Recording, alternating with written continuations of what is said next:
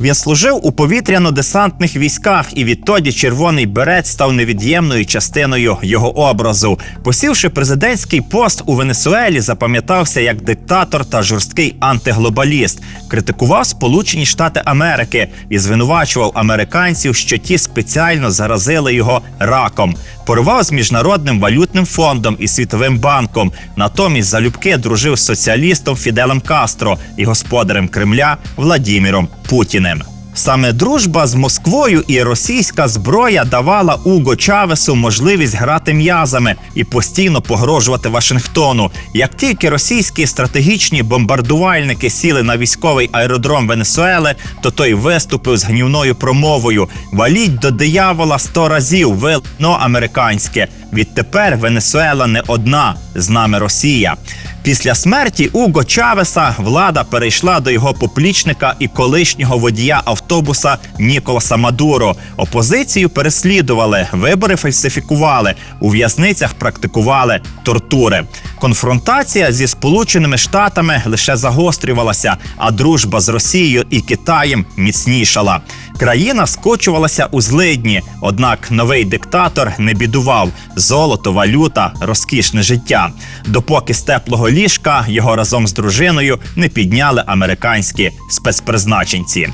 Друзі, вітаю! З вами канал «The Documentalist», і сьогодні ми говоримо про Венесуелу, яка останнім часом на слуху у всіх міжнародних новинах. Що це за країна? Як так сталося, що держава з найбільшими покладами нафти живе у нескінченній фінансовій, політичній та гуманітарній кризі? Чому Трамп пішов на спецоперацію, вщент поламавши усталену систему правових договорів, а заодно увігнав у стан шоку так звану «вісь зла»? Чим усе це завершиться і при чому тут венесуельська нафта? Густа, важка у видобутку, але та, яка є у неймовірно великих обсягах.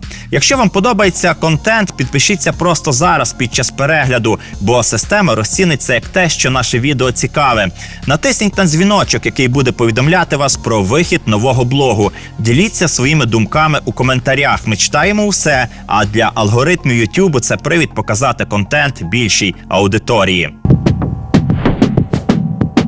Початок 2026-го. У ніч на 3 січня в столиці Венесуели, Каракасі, чутно вибухи. За ними у деяких районах, зокрема на військових базах, видніється чорний густий дим. Світ завмирає, адже перед тим Дональд Трамп неодноразово погрожував цій латиноамериканській країні та особисто її президентові Ніколасу Мадуро фізичною розправою. Лише за інформацією, яка могла призвести до арешту одіозного політика, Вашингтон обіцяв винагороду у $50 мільйонів. Згодом йому дипломатично запропонували добровільно залишити Венесуелу, обіцяючи безпечний вихід для нього самого та його родини. Це була не просто пропозиція, а ультиматум з чітким кінцевим терміном. Навіть з'являлася інформація, що прийняти потенційного втікача нібито погодилася Туреччина. Але втім, виїхати з країни Мадуро відмовився. Поки тривали явні та таємні перемовини, військові США тримали Венесуелу в блокаді. Час від часу вони завдавали ударів по танкерах та інших суднах, заявляючи, що їх використовують для перевезення контрабанди і наркотиків. Усе це тривало кілька місяців, продовж яких Трамп відкрито заявляв, що у перспективі взагалі не відкидає війни і збройної інтервенції. Ніби на підтвердження своїх слів наприкінці листопада він оголосив про закриття неба над Венесуелою. Усі завмерли в очікуванні військової бійні. Йшли дні, але нічого не змінювалося. У відповідь на погрози, розцінюючи, що США блефує, Мадуро почав з'являтися на місцевому телебаченні, сміявся і безтурботно танцював під латиноамериканські ритми. У такий спосіб ніби дражнив Трампа. «Ти мене ловиш, хочеш позбавити влади, але ось я живий, здоровий, у мене все добре, танцюю, ще й копіюю твій недолугий стиль».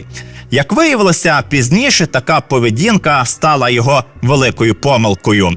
3 січня 2026-го інформаційні агенції розповсюджують кадри, як після ударів по столиці Венесуели американські спецпризначенці таки ведуть Мадуро під конвоєм. Його захопили вночі разом з дружиною, буквально підняли з ліжка і силою вивезли з країни. Армія, російські найманці та особиста охорона виявилися безсилими. Видовище ув'язненого президента Венесуели без перебільшення шокувало усіх. Цивілізований світ заціпенів, бо виявляється, що міжнародні норми тепер не діють, а усе відбувається з позиції сили.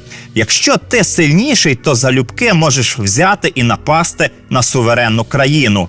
Подив викликало те, що це зробила саме Америка, яка досі вважалася прикладом демократії і справедливості. З іншого боку, вчинок Трампа налякав авторитарні держави, адже усі зрозуміли, що на місці Мадуро може бути кожен. Зрештою, це підтвердив сам американський президент, який натякнув, що дуже швидко може взятися за Колумбію і за Кубу, оскільки і до них має питання.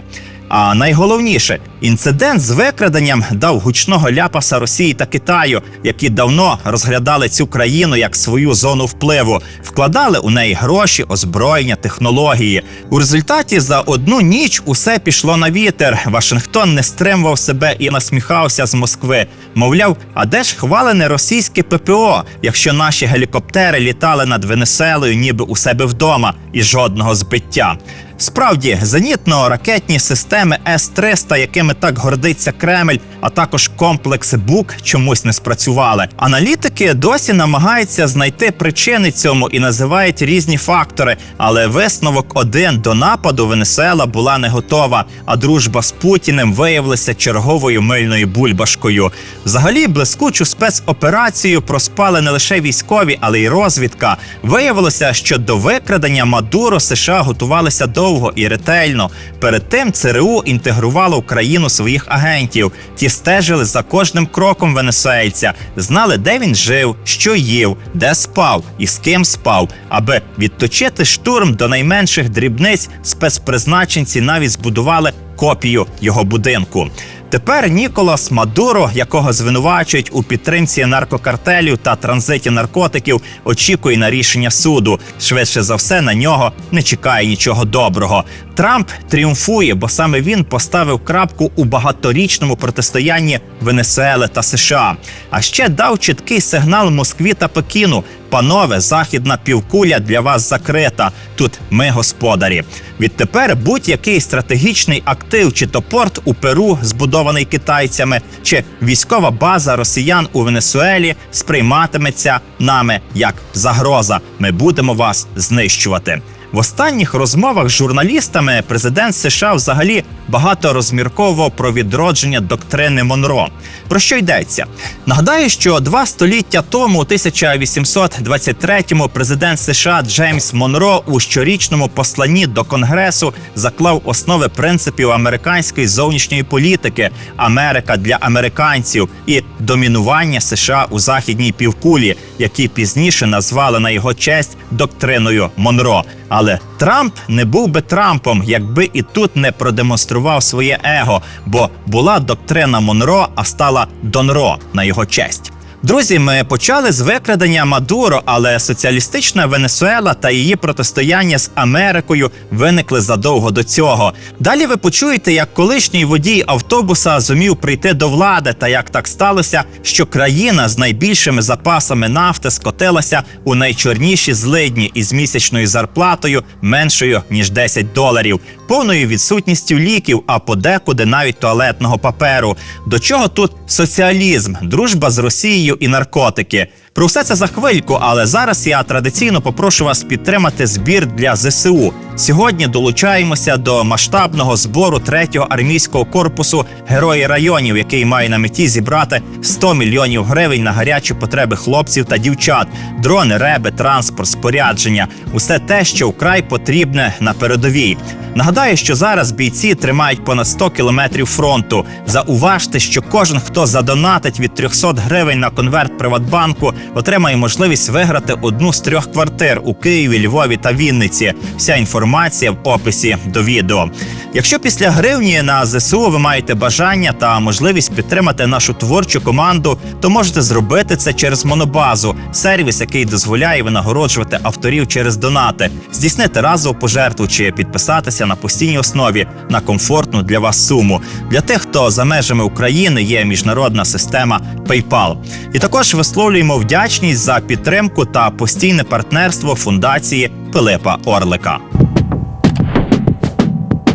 Отже, друзі, щоб зрозуміти феномен Венесуели, ми повинні повернутися на кілька десятиліть назад і розпочати з періоду, коли там до влади прийшов Уго Чавес, один з найбільш яскравих правителів Латинської Америки, що подолав шлях від реформатора до диктатора, запам'ятався своїми епатажними вчинками і помер в один день з іншим відомим диктатором – Сталіним. Але Сталіна, на відміну від більшості тиранів, нібито не поважав і стверджував, що ніякого соціалізму в СССР не було. В СССР не було, а в Венесуелі так. Однак про все за порядком. Отже, Уго Рафаель Чавес Фріс народився 28 липня 1954-го на південному сході Венесуели у багатодітній сім'ї шкільних вчителів.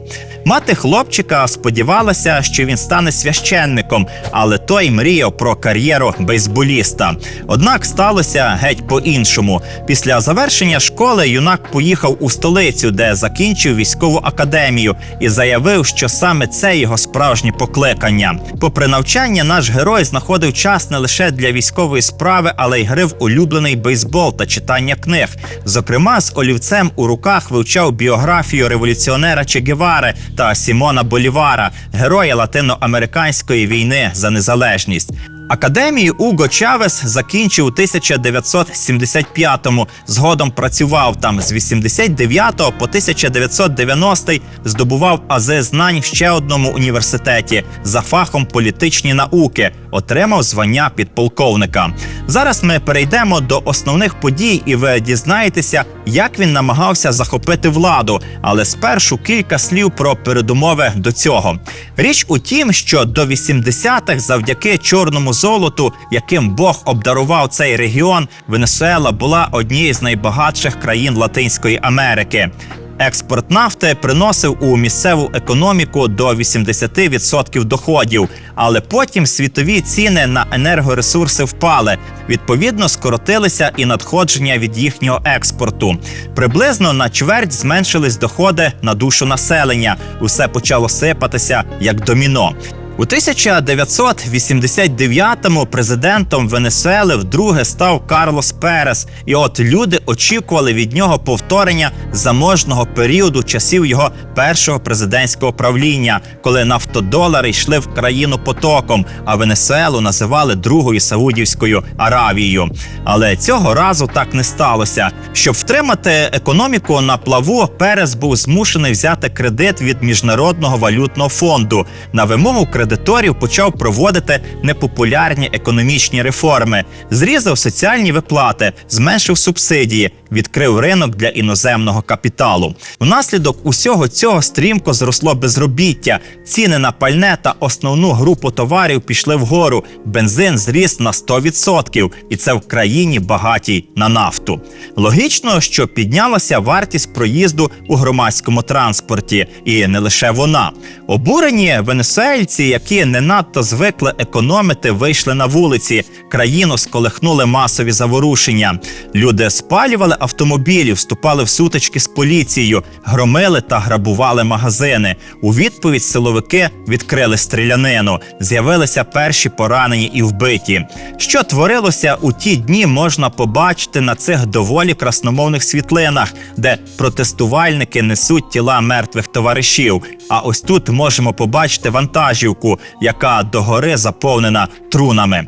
Крім розстрілів, сили держбезпеки практикували тактику викрадень, тортур і позасудових страт. На фоні усього цього себе проявляє наш герой, тепер уже полковник Уго Чавес, який робить спробу здійснити державний переворот і скинути Карлоса Переса.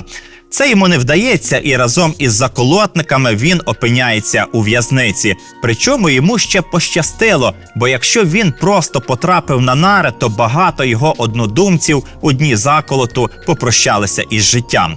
Уже тоді в'язень запам'ятався людям. Він хоч і зазнав поразки, але встиг виступити по телебаченню, де промовив вікопомну фразу «Це поки що». Мовляв, ми таки візьмемо своє. Прийде час, і ми обов'язково візьмемо своє.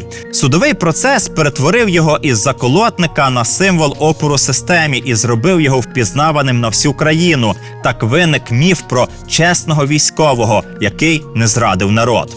І ось у в'язниці Уго Чавес просидів недовго – 2 роки. Бунтівника звільнили достроково за амністією уже наступного президента. Опинившись на волі, він одразу переходить від збройної боротьби до політичної, створює партію лівого спрямування «Рух за П'яту Республіку», використовує кризу у державі як хорошу нагоду проявити себе, здобуває славу майстерного оратора, запевняє людей, що боротиметься з корупцією та несправедливістю, що битиметься за все добре проти всього поганого, обіцяє революційну соціальну політику, поклавши провину за злидні і кризу на олігархів, які прислуговують світовому капіталу.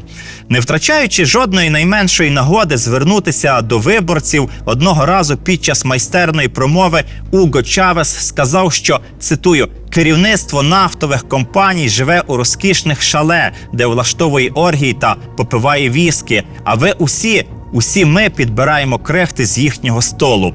Говорив мовою бідних, апелював до принижених, використовував образ історичного героя Болівара, який боровся проти іспанського панування у Латинській Америці.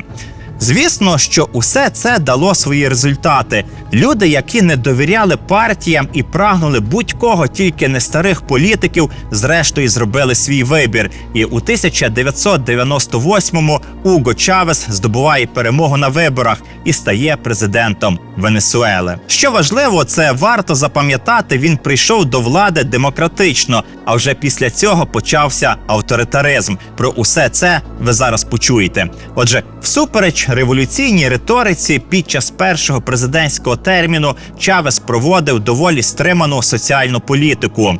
Дотримувався рекомендацій Міжнародного валютного фонду, залучав Україну іноземні інвестиції, встановив жорсткий контроль над державною нафтовою компанією, прибутки якої спрямував на потреби громадян, будівництво лікарень, шкіл, боротьбу з неписьменністю, проведення аграрної реформи.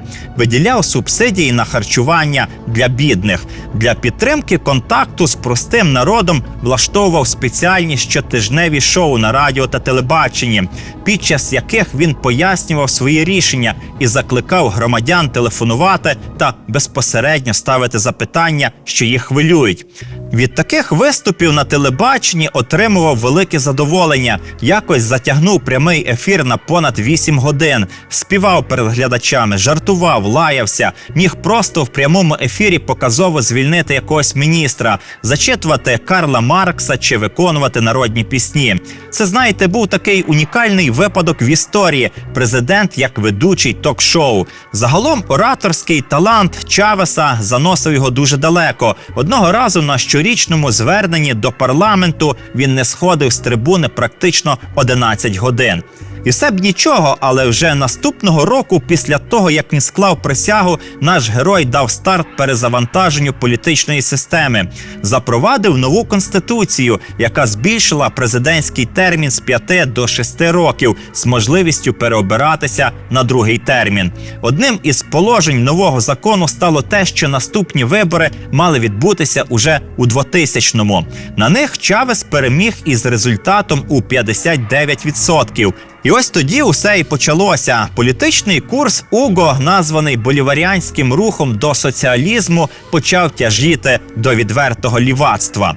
Він одноосібно вирішує, що Венесуела потребує кубинської моделі соціалізму, оскільки захоплювався і Че Геварою, і Фіделем Кастро. Чому так? А все дуже просто. Дослідники його біографії переконані, що політик дуже добре усвідомлював, соціалізм – це ідеальна ідеологія аналогія для тиранії, адже ти можеш бути при владі до кінця життя, постійно стверджуючи, що будуєш нове суспільство, як це, скажімо, було в СССР. Будуєш нове суспільство, а сам кермуєш, допоки тебе не винесуть вперед ногами, як це було з генсеками у Союзі. Ми розповідаємо про це у своєму випуску «П'ятирічка пишних поховань», як СССР керували діди-маразматики.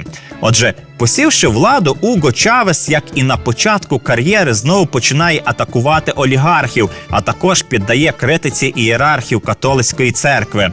А найголовніше – починає виступати проти Сполучених Штатів Америки. Щоб дошкулити Вашингтону, посилює зв'язки з Кубою. В обмін на нафту Гавана присилає у Венесуелу тисячі лікарів, які працюють у віддалених та найбідніших районах країни. Чавес не був би собою без постійної шоу-програми. Разом із Фіделем Кастро він, скажімо, відвідував бейсбольні матчі. Однак дружба з кубинськими комуністами була тільки першим викликом для Америки. Каракас почав збирати по світу усіх, хто затаїв образу на Білий дім, фінансував радикальні рухи, налагодив тісні стосунки з іншими диктаторами, підкуповував лояльність американських конгресменів. Усі ці тенденції посилились, коли Чавес став президентом втретє. У 2006-му у своєму виступі на Генеральній асамблеї ООН він назвав тодішнього президента Джорджа Буша-молодшого дияволом. Учора диявол був тут, на цьому самому місці. Ця трибуна, з якої зараз моя черга виступати, усе ще пахне сіркою, промовив він. І це було, знаєте, щось надзвичайне. Такого собі ніхто і ніколи не дозволяв. Але нафта робила чудеса, і здавалося, що для Уго Чавеса закони не писані. Тим паче, що багато чорного золота, левову його частку купували саме Сполучені Штати Америки. Джорджа Буша він називав дияволом і п'яницею, екс-прем'єра Британії Тоні Блера імперіалістичним пішаком. Хіларі Клінтон, яка звинувачувала його у небажанні діалогу з Америкою, він заспівав пісню. Дружив з Іраном, Болівією, Білоруссю. Після того, як Лукашенко дав Чавесу покататися на тракторі, Каракас закупив у Мінську величезну партію техніки і підписав контракти з білоруськими будівельниками, які відправилися у Венесуелу будувати дешеве соціальне житло для місцевих. Репутацію невігласа і спонсора тероризму відбілювали знаменитості. Вчорашні зірки і ті, хто був готовий продати себе за дзвінку монету. Скажімо, серед гламурних зірок у Каракасі була Наомі Кембл. Цілий фільм про великого Уго зняв Олівер Стоун, той самий, що відзначився кінострічками про Фіделя Кастро та Владіміра Путіна. Але, без сумніву, найбільше наш герой хизувався та гордився дружбою з Москвою і Путіним. Він кілька разів відвідував Росію, де уклав важливі угоди на постачання російської зброї та авіації. Натомість Лукойл допомагав Чавесу у розробці нових нафтових родовищ. Коли у вересні 2008-го два російські стратегічні бомбардувальники Ту-160 здійснили посадку на військовому аеродромі Венесуели, то наступного дня Уго Чавес звинуватив США у підготовці його вбивства, оголосив персоною нон-грата американського посла і заявив, що спирається на партнерство з Росією. Валіть до диявола 100 разів, ви американське. Відтепер Венесуела не одна, з нами Росія. Вони наші стратегічні партнери. Ми більше не самотні. Коли до наших берегів прийде російський флот, який вже рухається до нас, американці зійдуть з розуму, кричав він. Важко сказати, чим усе завершилося б і до чого призвело партнерство з Москвою та іншими диктатурами, якби епоху Уго Чавеса не обірвав рак. Він тривалий час лікувався і навіть тут звинувачував Америку, що його спеціально заразили хворобою співробітники ЦРУ. Після смерті президента багата на нафту Венесуела уже була в рейтингу найбідніших країн світу з щоденними відключеннями світла, вуличною злочинністю та високою інфляцією. І знаєте, в цьому не було нічого дивного і нового для соціалізму, бо ми повинні пам'ятати стару цитату: «Якщо б комуністи зайняли пустелю Сахару, то там був би дефіцит піску».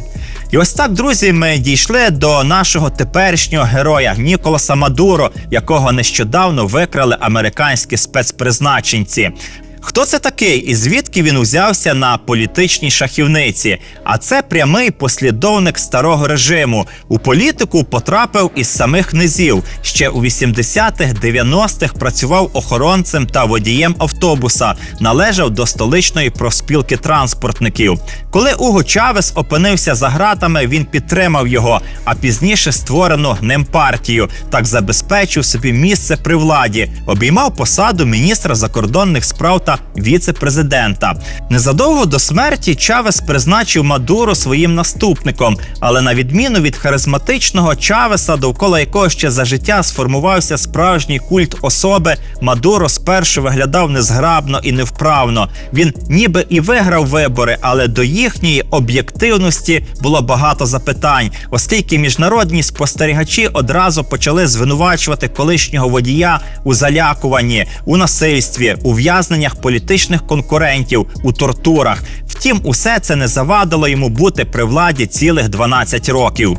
За час, впродовж якого Мадуро керував не автобусом, а цілою країною, він практично довів її до катастрофи. У 2024-му 86% венесуельців жили за межею бідності. Через масштабну економічну кризу кожен четвертий мешканець країни втік за кордон. Там досі часто бракує найнеобхіднішого, навіть туалетного паперу. Уявіть собі, у березні 2022 року мінімальну заробітну плату у Венесуелі зафіксували на рівні 130 боліварів, що залежно від обмінного курсу дорівнює кільком доларам. Трохи краща ситуація у держслужбовців. Завдяки бонусам вони отримують до 140 доларів. Багато хто поєднує кілька робіт, і в підсумку зазвичай виходить еквівалент 200 доларів на місяць. При цьому за 3 десятки яєць доведеться заплатити 6,5 доларів, а за кілограм сиру – близько 10. У Венесуелі, каже журналістка бразильської газети Сильвія Коломбо, чимало проблем із транспортом. Бракує продуктів у супермаркетах і на ринках, а ще ліків. Там просто немає ліків. Хто хворий на рак, змушений купувати препарати для хіміотерапії на чорному ринку. Ви спитаєте, а як так може бути? Як країна з найбільшими запасами нафти могла перетворитися на державу злидня? Усе просто. Американські санкції, їх запровадили ще за Барака Обами. За Трампа усе лише посилилось. Крім того, останній звинувачував Мадуро у причетності до наркокартелю. Так чи інакше, але його арешт може багато чого змінити. По-перше, Вашингтон контролюватиме нафтовидобуток, зможе формувати глобальні енергетичні потоки і ціни. По-друге, це ляпас Китаю, який останні роки активно вкладався у цей регіон. Пекіну дали зрозуміти, тепер йому тут не раді. Друзі, з вами був канал «За Документалісти». Сьогодні ми говорили про Венесуелу, арешт Ніколаса Мадуро і те, що при дурній голові не допоможе навіть нафта. Бережіть себе, зустрінемось.